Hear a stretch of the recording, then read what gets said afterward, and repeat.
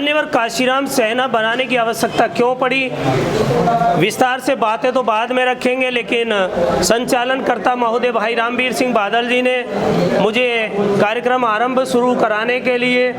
2 शब्द बोलने के लिए कहा है, तो मैं बताना चाहूँगा कि भाई अन्ना जी को ये मान्यवर काशीराम सेना बनाने की आवश्यकता क्यों पड़ी।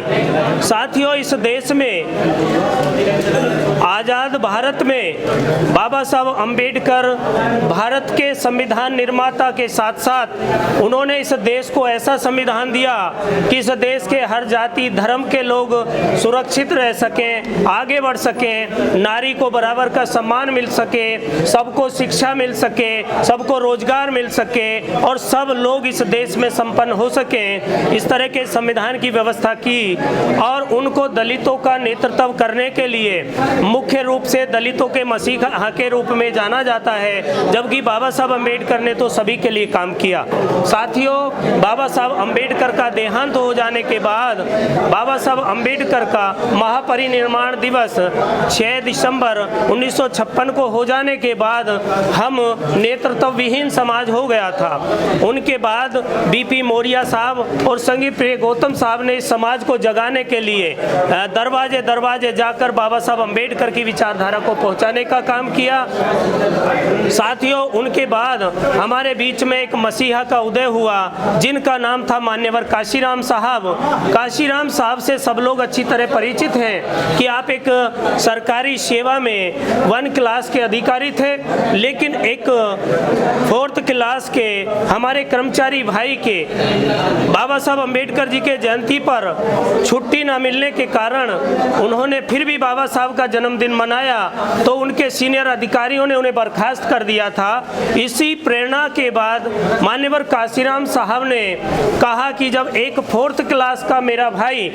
इतनी कुर्बानी दे सकता है बाबा साहब के जन्मदिन के लिए, तो अब ऐसी कुर्बानी दूसरे भाइयों को न देनी पड़े। मैं आजीवन अपने आप को समाज के लिए नौछावर करता हूं और नौकरी छोड़ता हूं, और समाज में जाकर उन्होंने तमाम ऐसे भाइयों को बामसेप और DS4 के माध्यम से इकट्ठा किया जो परम पूज्य बाबा साहब अम्बेडकर जी के संविधान के बल पर आरक्षण लेकर सरकारी नौकरियों में पहुंच गए थे। उनको इकट्ठा करके याद दिलाया कि बाबा साहब अम्बेडकर आपको कुछ जिम्मेदारी देकर गए हैं। क्या जिम्मेदारी? कि आपको अपनी नौकरी का 20वां हिस्सा यानी 5% समाज के गरीब दबे कुचले लोगों को ऊपर उठाने के लिए खर्च करना है, गरीब बेटियों की शादियों में खर्च करना है, बच्चों की पढ़ाई में खर्च करना है, समाज को आगे बढ़ाने के लिए संगठनों को मजबूत करना है, तो इस पर खर्च करना है। ये बात याद दिलाकर बामसेप के माध्यम से मान्यवर साहब काशीराम ने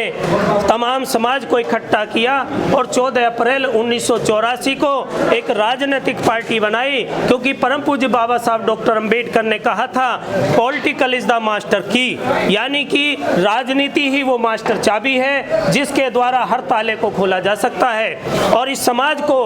गरीब दबे कुचले लोगों को आगे बढ़ाने के लिए, देश में समानता लाने के लिए राजनीतिक चाबी को अपने हाथ में लेना होगा, क्योंकि इस देश में आज़ाद होने के बाद बेईमान हुक्मरान बनते आए हैं, वो हर आदमी को उसका हक नहीं दे पा रहे हैं। तो इस बात को लेकर मान्यवर साहब काशीराम ने 14 अप्रैल 1984 को राजनीतिक पार्टी बहुजन समाज पार्टी की स्थापना की, जिसके चलते इस देश में दलित समाज की बहन कुमारी मायावती जी को 4 बार मुख्यमंत्री बनने का मौका मिला। साथियों, जब मान्यवर साहब काशीराम चले गए तो बहुजन समाज पार्टी जो एक मिशन था, जो इस समाज को राजनीतिक पार्टी से पहले मिशन के तरीके से जागृत करने का, जगाने का, आगे बढ़ाने का काम करता था, तो वो भटक की तरफ पहुंच गई। जैसे कि बाबा साहब अम्बेडकर जी ने कहा था कि सामाजिक क्रांति के बिना राजनीतिक क्रांति अर्थहीन है, तो उस नारे को लेकर साहब काशीराम ने पहले सामाजिक क्रांति लाए थे, बाद में राजनीति में आए थे। तो उनके जाने के बाद बहुजन समाज पार्टी सामाजिक क्रांति से पदभ्रष्ट हो गई, केवल राजनीति में ही वो लोग मशगूल हो गए और उन्होंने समाज की तरफ ध्यान देना बंद कर दिया। तो साहब काशीराम साहब का वो सपना जो वो पूरा करना करना चाहते थे, बाबा साहब अम्बेडकर के मिशन को आगे ले जाना चाहते थे, वो वहीं पर ब्रेक हो गया साथियों। तो जब ये देखा भाई बॉबी अन्ना जी ने कि साहब काशीराम जो विचारधारा लेकर समाज में जा रहे थे वो बंद हो चुकी है, तो भाई बॉबी अन्ना जी को वो बात याद आई और उन्होंने कहा, उन्होंने एक बीड़ा उठाया, बहुत बड़ा बीड़ा उठाया कि अब मुझे साहब काशीराम के मिशन को आगे बढ़ाना है और मुझे घर घर जाकर,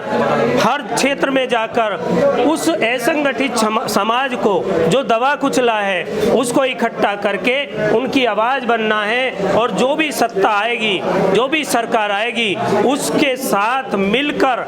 उसके सामने अपने समाज की आवाज़ बुलंद करनी है और अपने समाज की स्थिति को मजबूत करना है। उसको ध्यान में रखते हुए उसी संगठन के एक इकाई मेरठ जनपद और मेरठ मंडल का आज यहाँ मेरठ में ये कार्यक्रम हो रहा है, जिसमें मैं तमाम आए हुए साथियों का धन्यवाद करना चाहूँगा, नवनियुक्त पदाधिकारियों का सम्मान करना चाहूँगा और हमारे तमाम प्रेस के भाई